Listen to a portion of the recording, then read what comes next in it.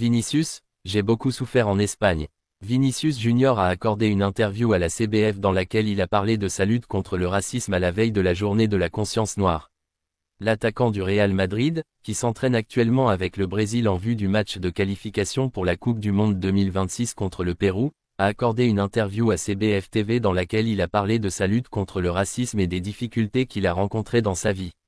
La journée de la conscience noire est très importante en raison de tout ce que nous avons vécu et de tout ce que la CBF a fait, avec la FIFA, avec tous les joueurs, nous sommes ensemble dans ce combat. L'objectif est que, dans un avenir très proche, il y ait de moins en moins de cas de racisme, a d'abord déclaré Vinicius Junior. Je sais à quel point je suis important, mais je dis toujours que c'est un combat pour tout le monde, parce que je ne peux pas à moi seul lutter contre tout ce que tous les Noirs subissent. Mais je connais ma taille, je connais la force que j'ai, mon discours, et je peux parler pour tous ceux qui n'ont pas cette force, ou qui ont peur, ou qui traversent beaucoup de choses et les gens ne croient pas toujours ce qu'ils disent. Je suis donc très heureux de pouvoir aider et de continuer à lutter avec force avec tous les joueurs et toutes les personnes qui ont pu nous aider. Je pense toujours que toute aide est la bienvenue. Les Noirs ont souffert pendant longtemps et le moment est venu de mettre un terme à tout cela. La FIFA, qui est un nom très fort, ainsi que la CBF et tous les joueurs, ont la force de se battre. Alors allons de l'avant ensemble, ferme et fort, pour qu'ici et dans un avenir très proche, les enfants qui viendront dans notre futur aient une vie meilleure. Au cours des 3 derniers mois, nous avons déjà réussi à mettre 3 ou 4 personnes en prison et à leur faire payer le crime qu'elles ont commis. Nous sommes sur la bonne voie. Je joue en Espagne, où j'ai beaucoup souffert et où je souffre encore parfois, mais bien sûr, c'est moins avec l'aide de tous les clubs, de toutes les personnes qui font tout ce qu'elles peuvent pour lutter contre le racisme, comme le fait la CBF. Je vis avec la pression depuis que je suis né, car je viens d'un endroit très dangereux, où j'ai beaucoup souffert, et j'ai également dû passer par les rangs de Flamengo, qui a été un grand pas en avant. J'ai gravi les échelons à l'âge de 16 ans et j'ai connu beaucoup de hauts et de bas. En équipe nationale, c'est pareil. J'ai connu des hauts et des bas, j'ai toujours voulu m'améliorer pour faire de grandes choses pour notre pays et les difficultés viendront, comme je l'ai dit.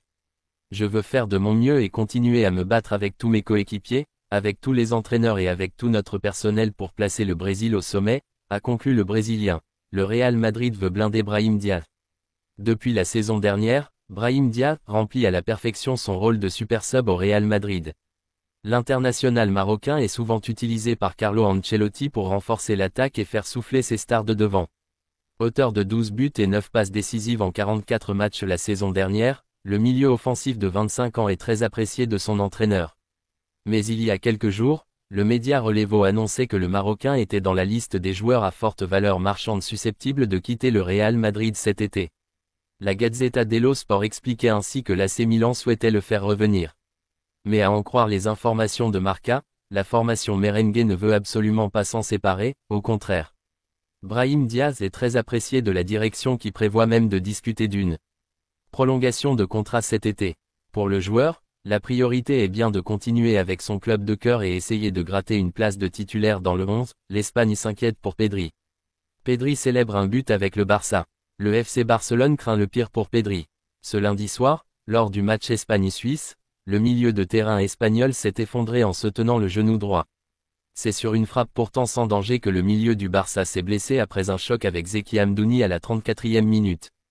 Les gestes de douleur montrés par le Canarien ainsi que la présence des services médicaux espagnols ont suscité l'inquiétude auprès des supporters ibériques.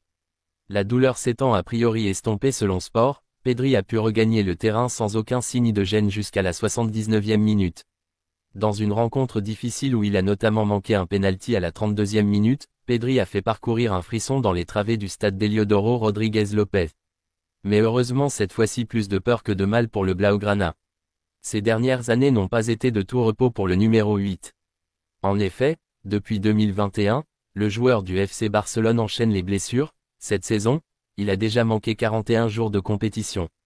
Rappelons que c'est à cause d'une blessure au genou que Pedri a dû abandonner l'Euro 2024 en quart de finale contre l'Allemagne après une charge de Toni Kroos, plan de retour de Ronald Araujo dévoilé. Plan de retour de Ronald Araujo dévoilé. Alors que le Barça se relève doucement de ses derniers échecs, l'heure est désormais à la planification du retour d'Araujo, un renfort clé pour redresser la barre et solidifier la défense.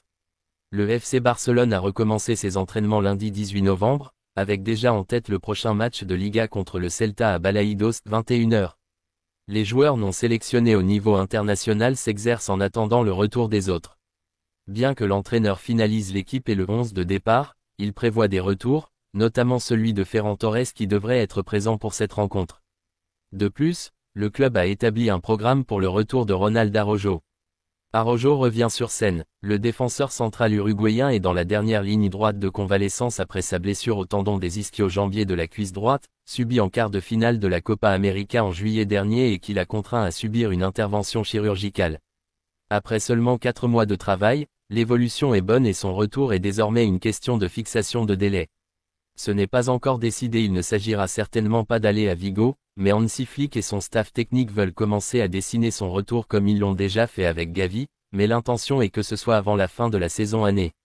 Il est même prévu qu'il soit entièrement disponible à la mi-décembre, comme l'a déjà expliqué Mundo Deportivo. Araujo est envisagé pour la rencontre contre Leganés le 15 décembre prochain. Barça, ça sent mauvais pour Lamine Yamal. Lamine Yamal, blessé à la cheville avant la trêve, et donc absent des rencontres de la sélection espagnole en Ligue des Nations, Lamine Yamal ne devrait pas jouer samedi pour le retour du Barça en Liga. C'est ce qu'indique le quotidien AS, précisant que les douleurs de l'adolescent ne sont pas encore dissipées, lui qui avait déjà manqué le duel d'avant-trêve contre la Real Sociedad.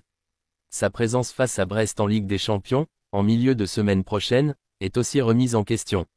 Il devrait être là pour le match de Liga face à Las Palmas lors du dernier week-end de novembre. Un petit coup dur pour Hansi Flick, Real Madrid, une très bonne nouvelle annoncée pour Wirtz. Florian Wirtz, une bonne nouvelle serait de mise pour le Real Madrid dans le dossier Florian Wirtz. L'été prochain, le Real Madrid risque à coup sûr de faire à nouveau parler de lui sur le marché des transferts. Si les pistes menant à Trent Alexander-Arnold et à Alphonso Davies sont plus que jamais d'actualité, celle de Florian Wirtz l'est aussi.